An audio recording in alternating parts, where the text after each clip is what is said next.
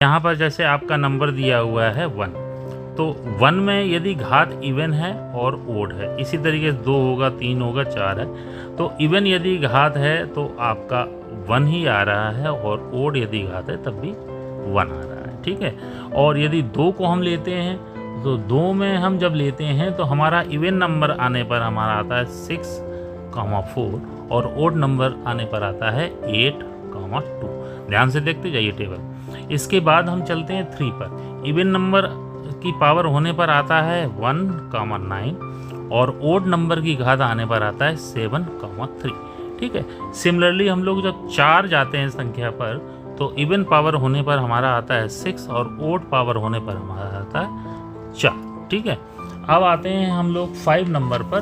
तो 5 नंबर पर इवन हो और चाहे ओड हो, जैसा कि मैंने बताया 5 है और 5 है, ये दोनों केस मैंने आपको बताए थे सेम होंगे। ठीक है। और 0 का भी केस सेम होगा, एक अभी केस 6 का भी सेम आने वाला है।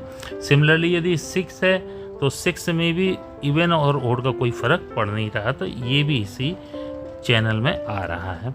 7 पर आते हैं। 7 में मैंने आपको बताया था इवन यदि होगा तो 1, 9 आएगा, और ओड यदि होगा तो आपका आएगा 3, 7। सिमिलरली 8 पर आते हैं। तो इवन यदि होगा तो 1 पोजीशन पर आएगा 6, 4, और या तो ओड पोजीशन होगी तो 2, 8 आएगा। और 9 में जाते हैं तो इवन पर केवल 1 आता है, और ओड में केवल 9 आता है। और 0 का तो सबको पता ही, 0, 0 आएगा।